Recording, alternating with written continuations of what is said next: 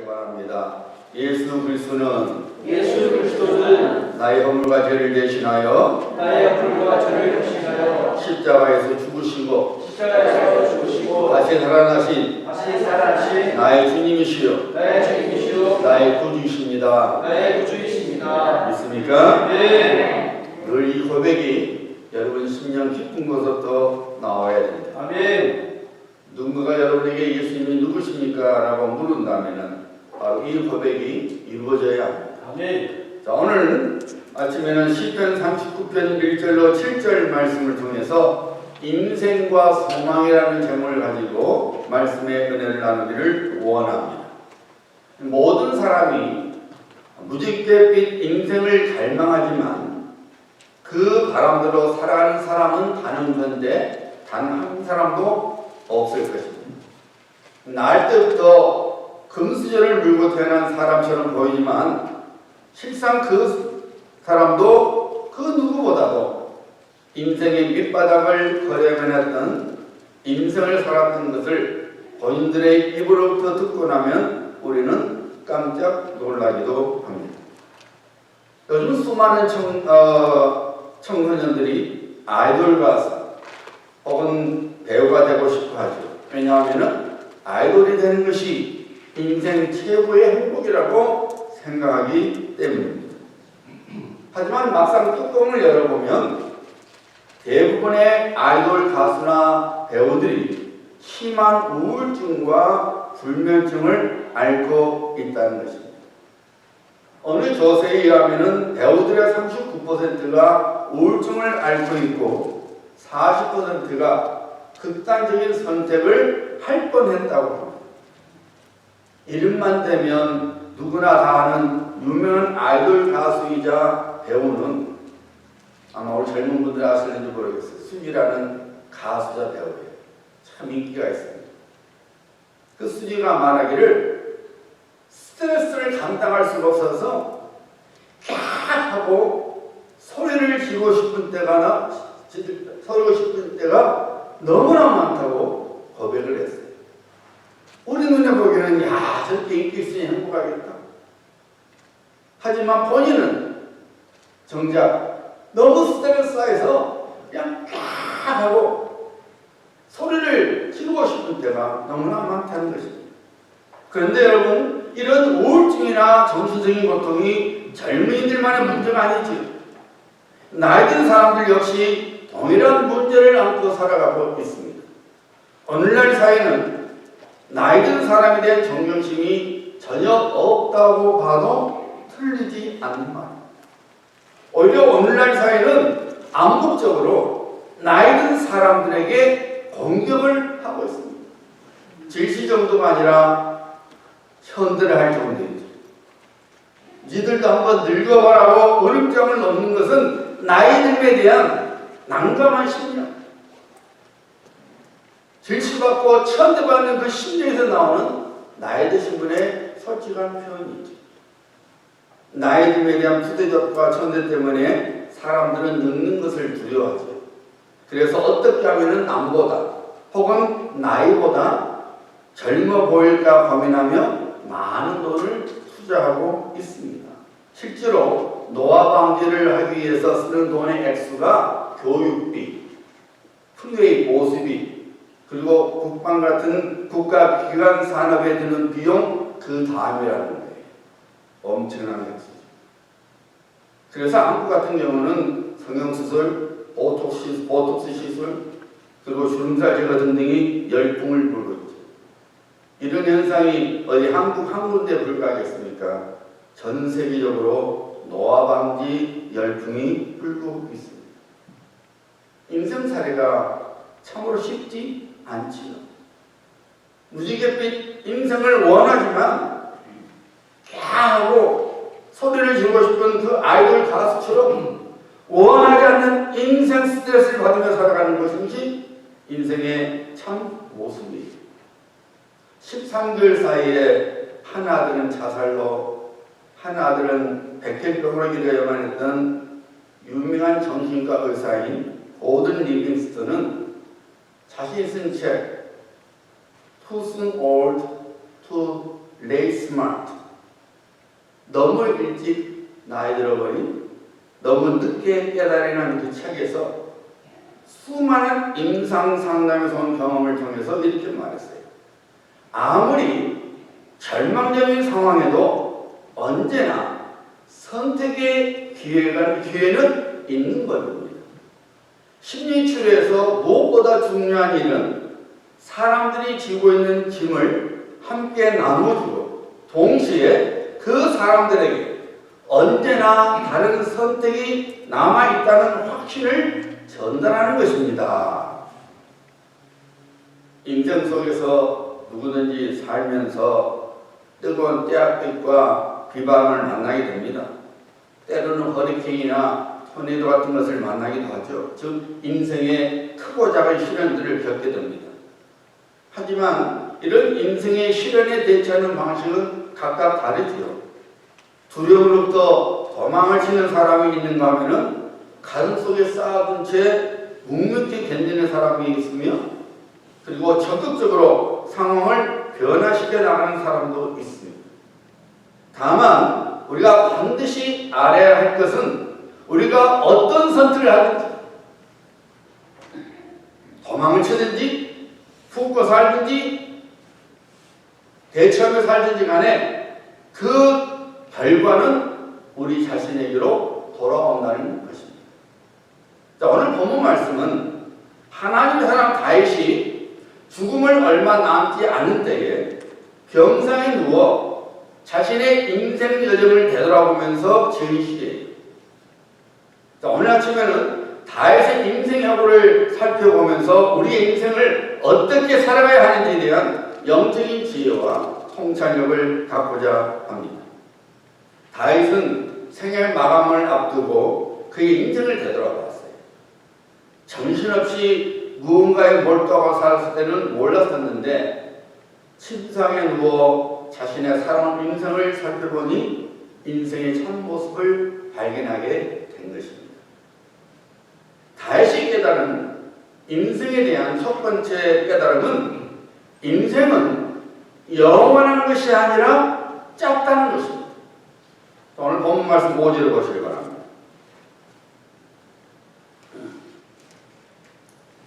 주께서 나의 날을 한뼘 길이만큼 되게 하심에 나의 일생이 주 앞에서 없는 것 같사오니 사람은 그가 등등히 서 있는 때에도 진실로 모두가 허사뿐입니다. 인생이 뭐가 하냐 하니까 나의 날을 한 뼘 길이만큼 되게 하시는 한 뼘 인생이라는 거예요. 인생이 영원할 줄 알았더니 나의 일생이 주 앞에서 없는 것 같이 짧더라는 것입니다. 모두가 허사뿐이다. 여기서 허사란 말은 히브리어로 헤벨인데 뜻이 뭐냐면 숨이에요. 숨을 한번 뱉으면 여는 거예요. 그 숨이 남아있으니까 없애버리죠. 한번 그걸 끝이잖아요. 인생이 그렇게 사는 거예요. 다윗이 10년간의 도피 생활과 망명 생활, 그리고 40여 년 동안 통치 생활을 할 때는 인생이 끝없이 지속될 줄 알았는데 막상 인생의 밤 시간이 되니까 인생은 참으로 짧구나 라는 깨달음을 얻게 된 것입니다. 다윗은 용사의 삶을 살았습니다. 수많은 싸움들 속에서 늘 승리를 했습니다. 곤란한 지경에 이를 때가 있었지만 패배라는 것을 맛보지 않았습니다. 항상 이겼습니다. 참으로 세상 무서운 줄 모르고 당당한 인생을 살았죠. 40여 년 동안 왕의 삶을 살았을 때 그는 늘 산의 진미와 화려한 옷들과 그리고 찬란한 왕궁에서 산꼭대기의 인생을 살았습니다. 그런 다윗에게는 인생은 마치 영원한 것 같았습니다. 하지만 병상에 누워 마지막 가야 할 때를 앞두고 있게 되자 그는 인생의 본질을 깨달은 것입니다. 인생은 한뼘 인생이구나. 인생은 그림자 같구나. 인생은 숨 한 번 쉬는 것과 같구나. 사랑하는 성도님들, 우리 인생은 유한합니다. 이 땅에서 삶은 끝이 있습니다. 마냥 우리 인생의 시간이 지속되는 것이 아닙니다. 성령의 감동 속에서 우리보다 앞서간 믿음의 사람들이 이 진리를 선포하고 있지 않습니까? 모세가 말했지요. 시편 90편 5절과 10절 말씀이죠. 그들은 잠깐 자는 것 같으며 아침에 돋는 풀 같으니라. 신속히 가니 우리가 날아가나이다. 사도 베드로는 인생은 풀과 같이 금방 씻어버리는 것이요 금방 떨어지는 꽃잎과 같다 했습니다. 야고보는 인생은 덧없이 사라지는 아침 안개와도 같다고 했습니다. 여러분이 아침에 얼굴에 거울에 들여다보면 이전에 보지 못했던 주름살이 생겨있지요. 팽팽했던 피부가 마치 뜨거운 물에 살짝 데친 채소와 같이 내가 늙어가는구나 라는 생각이 들지만 그럼에도 불구하고 마치 영원히 살 것 같은 생각으로 다시 말했던 것처럼 헛된 일로 소란하며 재물을 쌓으며 살아갑니다. 오늘 본문 말씀 6절을 보면은 헛된 일로 소란하며 재물을 쌓으니 이 말이 마치 내용이 두 개인 것 따로따로인 것 같지만은 원래 하나예요. 헛된 일인데 그 다음에는 설명한 거예요. 어떤 헛되냐면은 재물을 쌓는다는 거예요. 사람들이 아주 분주하게 헛된 일을 하는데 그 내용이 재물을 쌓는다는 것입니다. 여러분, 재물을 버는 것과 재물을 쌓는 것은 전혀 다릅니다.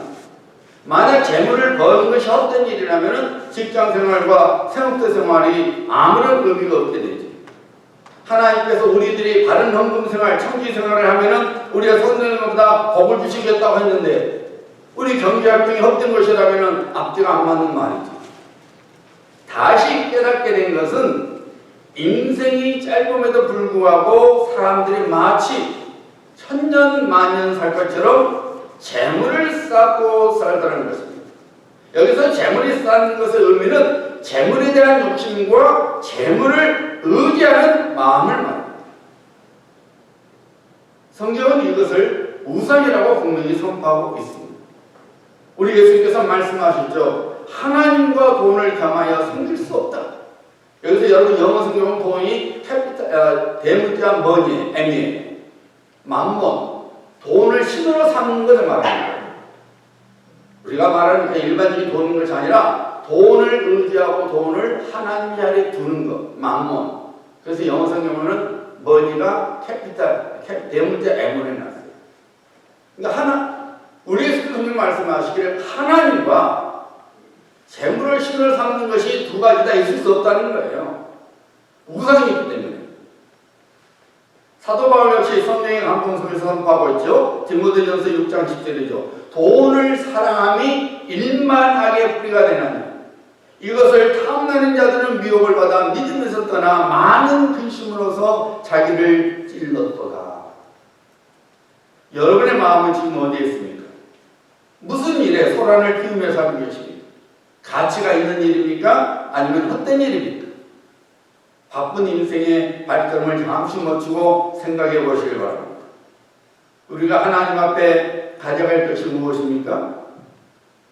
하나님께서 우리를 부르실 때에 우리는 이 세상의 어느 것도 가져갈 수 없습니다. 욥기 1장 21절의 말씀이죠. 이르되 내가 모태에서 알몸으로 나왔사온즉 또한 알몸이 그리로 돌아가올지라. 주신 이도 여호와시요 거두신 이도 여호와시오니. 우리들이 장차 이 세상을 떠나 하나님 앞에 서는 날 오직 예수 그리스도를 나의 주와 구주로 믿는 믿음만을 갖고 설 뿐입니다. 그리고 하나님께서 그리스도 예수 안에서 우리를 그의 자녀와 일꾼으로 불러주셔서 맡겨놓은 하나님의 선한 일을 행하는 우리의 섬김만이 하나님께 드려지게 되는 거예요. 하나님께 우상이 되는 이 세상 어떤 일에 분주하게 살지 말고 하나님 뜻을 분별하고 그 뜻에 맞게 살아가야 합니다. 각자의 직장과 생업들을 통해서 하나님을 진심으로 그리고 신실함으로 섬겨야 합니다. 각자의 가정생활과 교회생활을 통해서 인생의 주인이시요 심판자가 되신 하나님을 섬겨야 합니다. 왜 그렇습니까? 인생은 짧기 때문입니다. 헛된 일에 마음을 빼앗길 만큼 우리 인생은 길지 않습니다. 있을 때 잘해 라는 노래 가사처럼 우리가 살아있을 때 아주 숨을 쉬고 있을 때에 하나님의 말씀대로 살아가야 합니다. 잊지 마시기 바랍니다. 우리 인생은 유한합니다. 마감의 시간이 옵니다. 그 마감의 시간이 오기 전에 하나님의 뜻을 분별하고 하나님께서 원하시는 섬김을 살다가 그리고 믿음으로 하나님 앞에 가야 합니다. 다시 두 번째 인생에 대한 깨달음은 인생은 갈등의 연속이라는 것입니다. 우리 인생은 갈등으로 가득 차 있습니다. 나는 가만히 있는데 다른 사람들이 나에 관하여 이러쿵 저러쿵 합니다. 나는 전혀 다툴 생각이 없는데 다른 사람들이 시기와 질투를 품고 나를 공격을 합니다. 나는 나름 최선을 다하여 열심히 살아가고 있는데 나를 짓밟지 못해서 안달이 난 것처럼 거짓과 모함으로 나를 떨어뜨리고 합니다. 이것이 우리 인생이에요. 제가 어렸을 때 저희 동네에 5일장이 있었습니다. 5일장에 서면은 특별히 살 것도 없으면서 시장 안을 이리저리 비웃거리며 다녔어요. 지금이야 게임기가 많이 있을 거지만은 저때 무슨 게임기가 있어요. 그 시장 안에 여러 가지 물건들, 신기한 물건이 많이 파니까 그거 보는 재미로 5일장만 되면 가서 사지도 않으면서 돈도 없으면서 막 돌아다녔어요. 그거 보는 재미. 하루는 저희 어머님이 게를 사셔서 석굴에 담아두었어요. 그 작은 게 있잖아요. 저희 동네에서 그걸 찔김이라고 그러는데 정확히 게 이름을 모르겠어요. 작아져서는 양념장에 담가놓고 그냥 생으로 먹잖아요. 먹으면 맛있어요. 그걸 사서 석굴에 딱 담아놨는데 뭐 어리게 없으니까 그걸 딱 사는 거 보면은 이렇게 건드려봐요. 툭툭 건드려보고 보는 것도 재밌더라고요. 근데 여러분 그 석굴이가 높지도 않고 얕은데도 이 개들이 못 나와요. 밖으로. 왜냐하면은 개가 이렇게 나오려고 하면 반드시 다른 개가 그 개의 앞다리를 딱 잡습니다. 그럼 툭 떨어져요. 그럼 다른 개가 또 올라가면 또 다른 개가 또 물을 딱 잡아요. 그럼 툭 떨어져요. 그러니까 이 석굴이가 높지 않아도 절대 밖으로 못 나오더라고요. 여러분 이 세상에는 이런 개 같은 사람들이 많아요. 다른 사람이 잘 되는 걸 보지 못하고 어떻게 해서든지 과한 일로와 잘 되지 못하게 하는 사명으로 살아가요. 이런 세상에서 하나님의 자유롭게 살아가는 것은 결코 쉽지 않지요. 본문 말씀 1절에서 3절로부터 다윗의 갈등이 바로 나오고 있어요. 주변의 사람들이 다윗을 힘들게 합니다. 그래도 다윗이 하나님의 사람이기 때문에 참으려고 애를 써요. 오늘 말씀 보세요. 내 혀로 범죄하지 아니하니 옆에 사람들이 담배를 계속 중상거려가고 흔들게 하는 거예요. 그러니까 에이샹 하고 싶은 거예요. 근데 입으로 범죄하기 싫어서 마음을 먹는 거예요. 그래서 재갈을 먹이리라. 악인이 내 앞에 있을 때 내가 내 입에 재갈을 먹이리라. 왜 힘들게 하니까 나도 그냥 홧김에만 확 하고 싶은 거예요. 근데 그렇게 하면은 하나님 앞에 죄를 범하기 때문에 입을 다물고 있다는 거예요. 그런데 마음속 갈등을 누르는 것이 쉽지 않아요. 참아보려고 하지만 쉽지 않습니다. 2절 보세요. 내가 잠잠하여 선한 말을 또 하지 아니하니 나의 근심이 더 심하도다.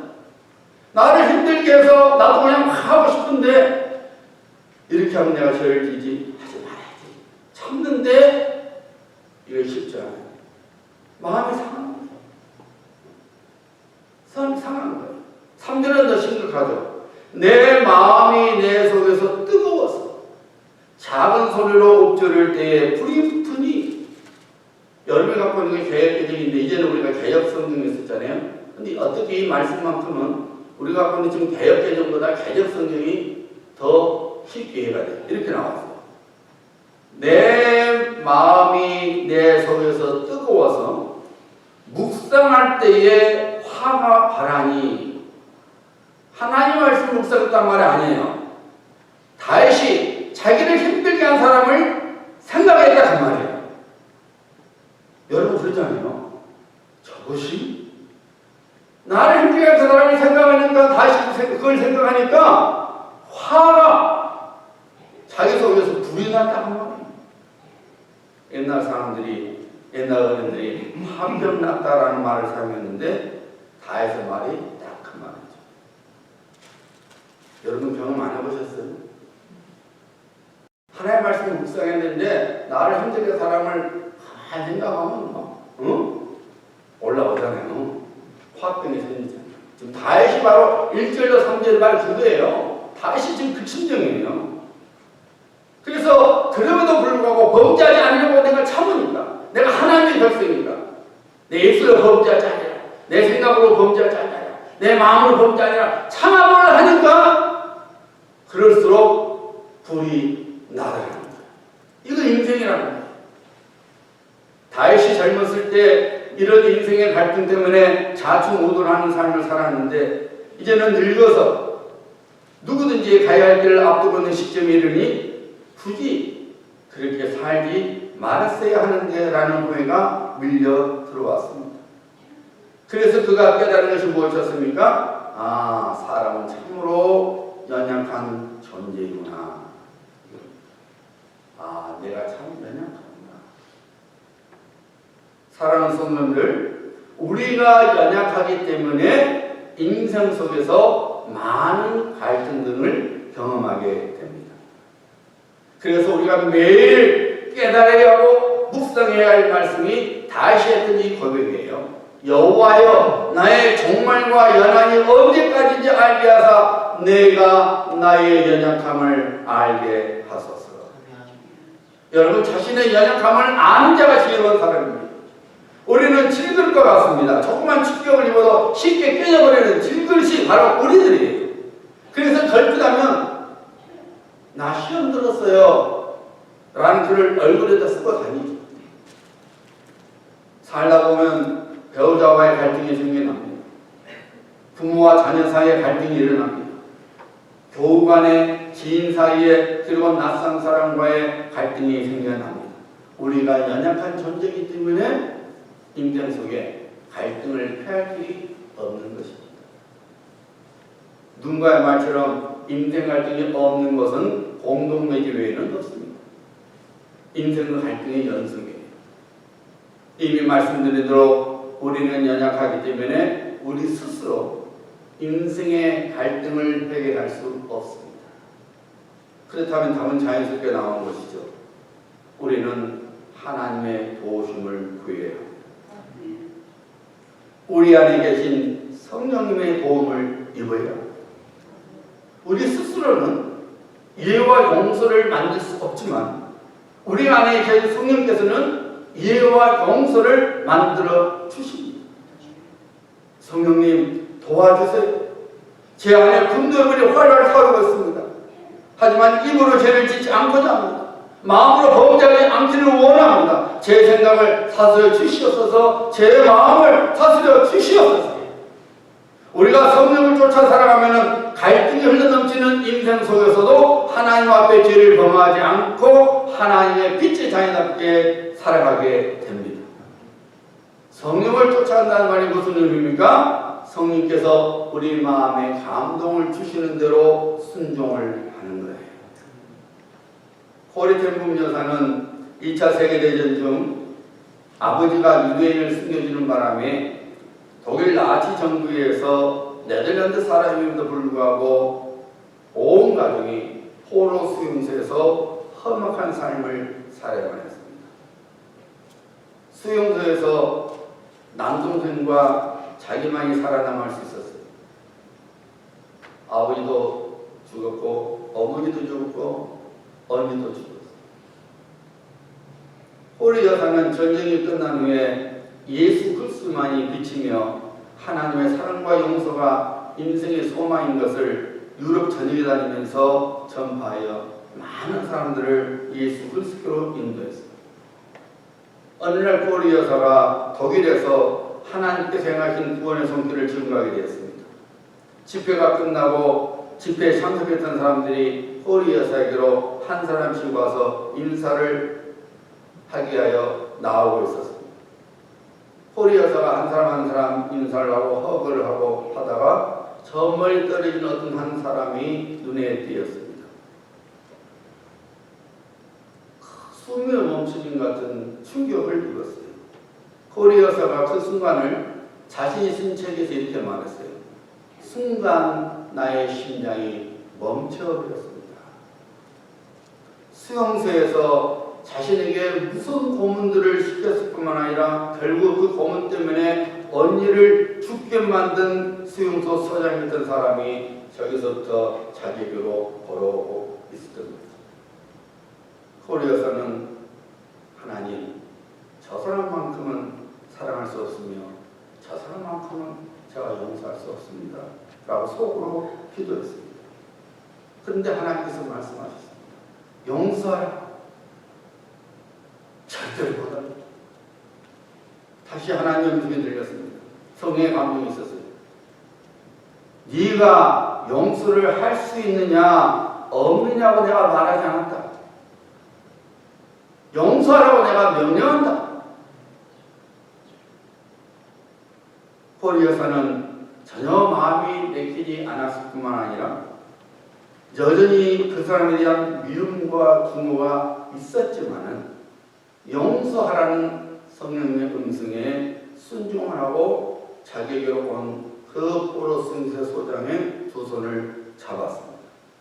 그랬더니 그 순간 고리 여사 안에 있었던 모든 미움과 분노가 사라지면서 그 포로승세 소장이었던 사람을 진심으로 용서할 수 있게 되는 것입니다.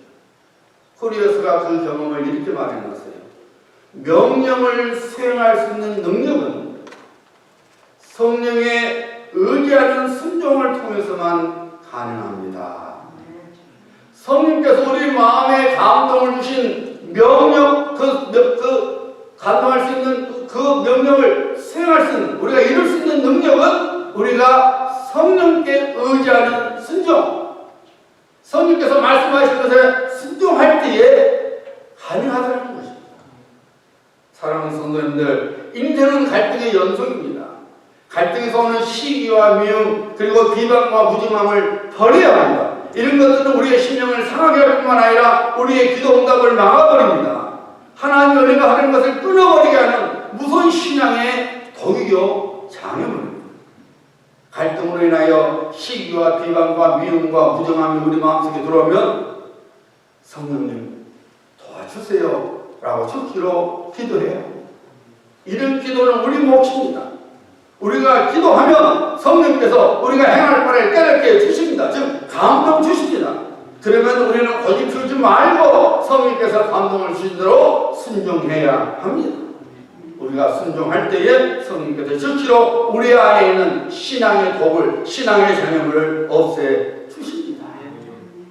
우리는 연약하기 때문에 우리 인생은 갈등의 연습입니다. 그러므로 갈등의 포로가 되어 스스로 인생을 도둑질 당하고 망치기보다는 내 안에 계신 보혜사 성령님을 쫓아 살아가야 합니다. 우리들이 성령님을 의지하며 그의 도우심과 위로를 구하면 성령께서는 반드시 우리를 위로해 주실 뿐만 아니라 인생의 갈등 속에서도 하나님의 구원을 보게 해 주십니다. 다윗은 인생 말년에 병상에 누워 자신의 인생을 되돌이켜 보니 이전에 깨닫지 못했던 인생의 진리를 보게 되었습니다. 아, 인생은 참으로 작구나. 아, 인생은 나의 연약함으로 인하여 갈등의 연속이구나.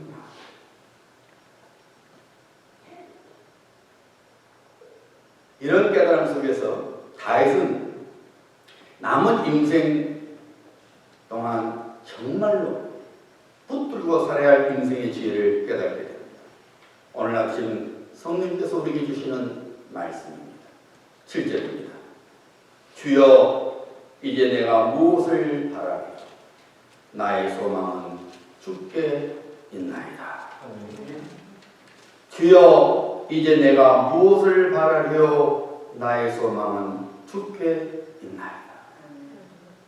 우리들이 짧은 인생, 갈등의 연속의 인생을 살아가는 동안 우리의 소망은 오직 예수 그리스도 한 분이십니다.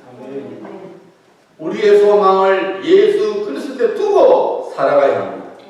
이 소망은 영원한 소망입니다. 결코 변하지 않으며 흔들리지 않는 소망입니다. 그리고 반드시 이루어지는 소망입니다. 아브라함은 온전히 하나님만을 소망으로 삼고 살았던 반면에 롯은 이 세상을 소망으로 두고 살았지. 우리는 그 두 사람의 인생 결말을 잘 알고 있습니다. 아브라함이 살고 있었던 땅은 거칠고 벌모지였습니다.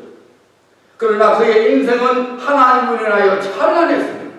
믿음의 조상이라는 영적 거장이 되었을 뿐만 아니라 하나님께서 그를 큰 부자가 되게 하셨습니다. 나중에 롯과 소돔 왕과 그리고 고모라 왕을 구출할 만큼 강한 자가 되게 하셨습니다. 반면에 롯은 모든 것이 풍족하고 화려한 소돔에 살았지만은 오히려 그 소돔으로 인하여 그의 인생은 번두박질치고 말았습니다. 이 세상을 소망으로 삼지 말고 오직 하나님만을 소망으로 삼고 살아가야 합니다.